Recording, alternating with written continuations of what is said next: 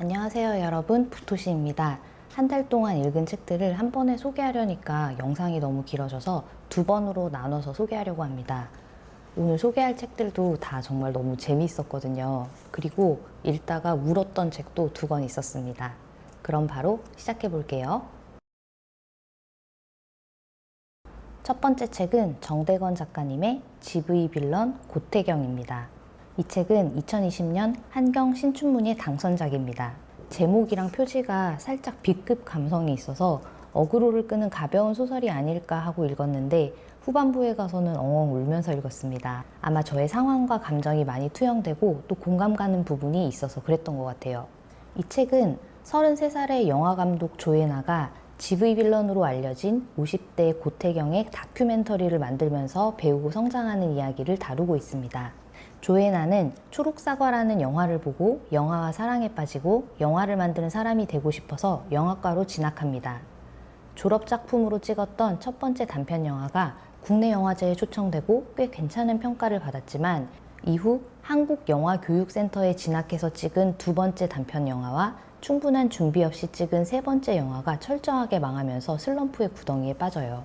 자신의 못난 작품에 대한 회의감, 자신의 재능에 대한 의문, 미래에 대한 불안 등 온갖 못난 패배의식으로 방황하고 있던 해나는 우연히 지인의 부탁으로 한 영화의 GV에 패널로 참석하게 되는데 그곳에서 GV 빌런으로 알려진 고태경과 조우하게 됩니다. GV는 게스트 비짓의 약자로 감독이나 영화 관계자들이 직접 방문해서 영화에 대해서 설명하고 관객들과 질의응답을 주고받는 자리를 말하는데 상황에 맞지 않게 자신의 지식을 뽐내거나 난처한 질문을 하는 사람들을 GV 빌런이라고 한대요. 50대의 고태경은 항상 같은 베레모를 쓰고 다니면서 GV에 참석해서 영화의 촬영이나 편집 등에 관한 참견을 하고 다니는 알만한 사람들 사이에서는 유명한 빌런이었는데 그가 자신이 좋아하는 초록사과 영화의 조감독이었다는 사실을 알게 된 해나는 그에게 관심이 생기고 고태경에 관한 다큐 영화를 만들기로 결심합니다.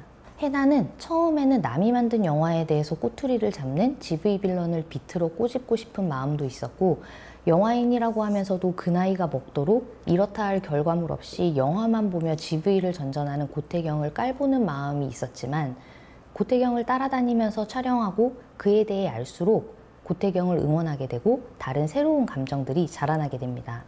일단 이 책의 저자인 정대건 작가님은 영화를 만드는 영화 감독이기도 합니다. 읽다 보면 어떤 생각이 드냐면 이 이야기는 어떤 분야에 대한 겉핥기나 관찰에서는 비롯될 수 없는 현장감이나 디테일이 있는 이야기구나 하는 생각이 먼저 들고요.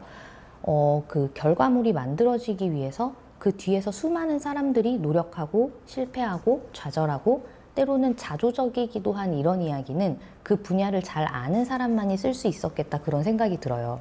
개인적으로 제가 읽었던 소설 중에 이거랑 비슷한 느낌의 책들은 김호연 작가님의 망원동 브라더스, 이슬아 작가님의 가녀장의 시대였어요. 순문학이라기보다는 문체가 굉장히 담백하고 가볍고 잘 읽히고 이야기 자체가 현실성이나 현장감이 있고 본인의 분야에 대한 살짝 자학적인 개그들이 들어가 있어서 그렇게 비슷하게 느꼈던 것 같아요.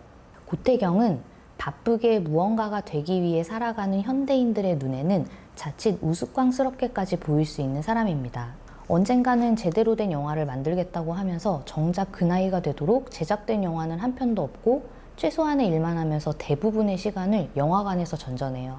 현재 아무런 보상이 주어지지 않고 어쩌면 결과가 없을지도 모르는 일에 우리는 계속 시간과 열정을 투자할 수 있을까? 결과보다 과정이 중요하다고 하지만 몇 달씩 몇 년씩 뚜렷한 성과가 없는 일을 계속 할 수 있을까? 우리가 어릴 때는 여러 가지 꿈을 꾸고 목표를 가지고 그것을 위해서 노력을 하잖아요. 근데 어른이 되고 나이가 들고 나중을 생각하게 되고 기회비용을 생각하고 매몰비용을 생각하고 그러다 보니까 어쩔 수 없이 현실과 타협하게 되는 것 같아요. 책을 읽고 나서 어떤 일을 계속 해나갈 수 있는 원동력은 무엇일까? 계속 한다는 것의 의미는 무엇일까에 대해서 고민을 했었거든요. 근데 어떤 분이 그런 말을 하시더라고요. 좋아하는 일을 하는데 그게 좋아서 하는 사람한테 특별한 의미가 필요할 것 같지는 않다고요. 이루고 싶은 꿈과 목표를 가지고 꾸준하고 성실하게 한 걸음씩 성장해 나가는 분들께 그리고 박수치지 않아도 계속 걷는 사람들을 위해서 계속해도 소용없지 않을까 고민하는 사람들을 위해서 추천드리고 싶은 책이었습니다. 다음 책은 2021년 곤쿠르상 수상작인 인간들의 가장 은밀한 기억입니다. 저자인 모하메드 은부가르 사르는 1990년 출생의 젊은 세네갈 작가고요. 100년 만에 흑인 작가 수상이고 사하라 사막 이남 아프리카 출신 작가의 역대 최초 수상이고 1976년 이후 역대 최연소 수상이었다고 합니다.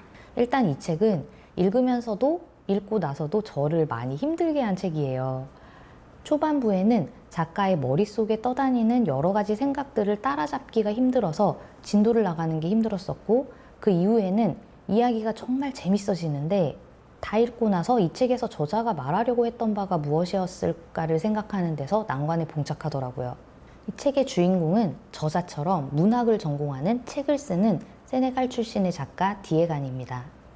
디에간은 첫 책을 내고 촉망받는 아프리카 출신 작가가 되지만 곧 사람들이 그의 책을 읽고 해석하고 평가한 것들을 접하게 되면서 자신의 책이 부끄러워집니다. 그리고 언젠가는 위대한 소설을 쓰겠다는 결심을 하게 돼요. 디에간은 고등학교 시절 세네갈 출신의 작가 티시 엘리만의 이름을 처음 접하게 되는데요. 엘리만은 1938년에 비인간적인 것의 미로라는 책을 냈는데 당시에 평단에서 그 책에 대한 많은 논쟁이 있었고, 이후에 그 책은 전량 회수되고 폐기되어서 현재는 그 책에 대한 어떤 것도 찾을 수 없는 상태였습니다. 그런데 우연히 다음 소설을 준비하던 중 어느 술집에서 같은 세네갈 출신의 유명 여류 작가 마렘 시가를 만나게 되고, 그녀를 따라간 호텔에서 비인간적인 것의 미로 책을 얻게 돼요.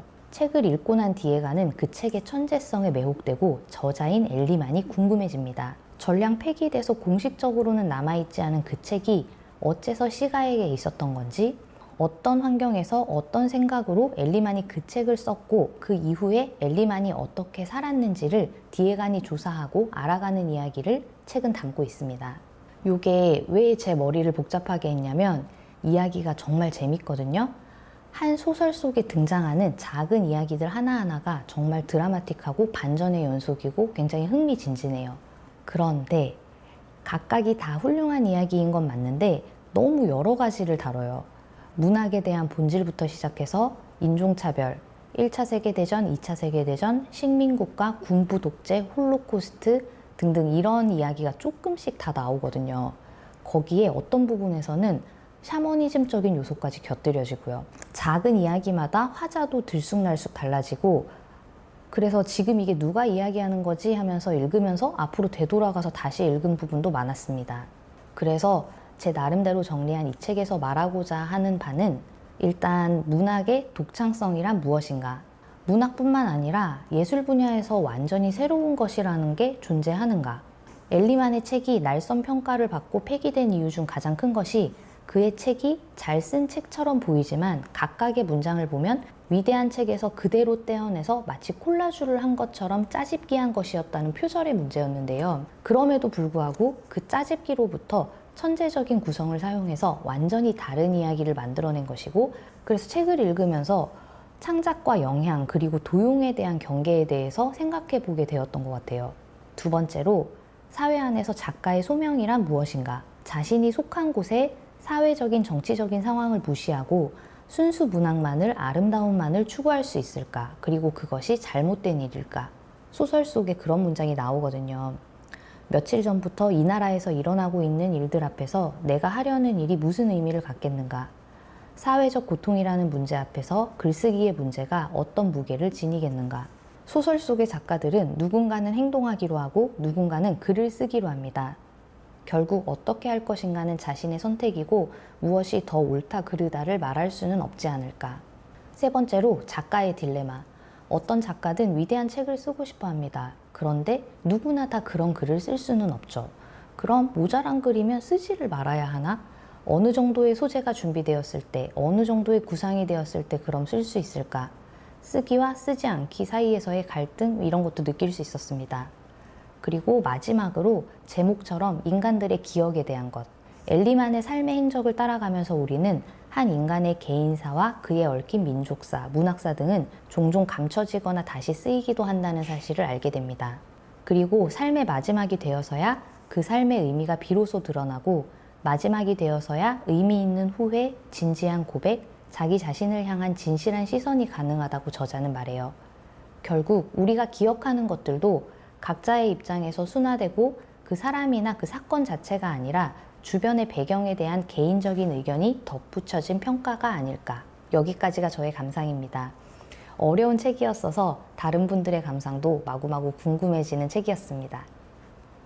다음에 소개해드릴 책들은 중화권 작가들의 추리소설입니다. 2014년에 출간된 찬옥계이 작가의 13.67, 2016년에 출간된 쯔진천 작가의 동트기 힘든 긴밤 두 권 함께 살펴볼게요. 결론부터 말씀드리면 이 두 권 다 시간 가는 줄 모르고 너무 재미있게 읽었습니다. 두 권 다 추리소설이면서 범죄 수사 조직과 시스템을 비판하는 메시지를 담고 있는 사회파 미스터리 장르라는 공통점이 있었지만 느낌은 굉장히 많이 다른데요. 한번 살펴보도록 하겠습니다. 먼저 13.67은 시간의 역순으로 이야기가 진행되는 독특한 구조를 가지고 있습니다. 제목의 13은 2013년, 67은 1967년을 뜻하고 제목처럼 2013년의 사건부터 시작해서 마지막 1967년의 사건까지 6개의 이야기가 묶여 있습니다.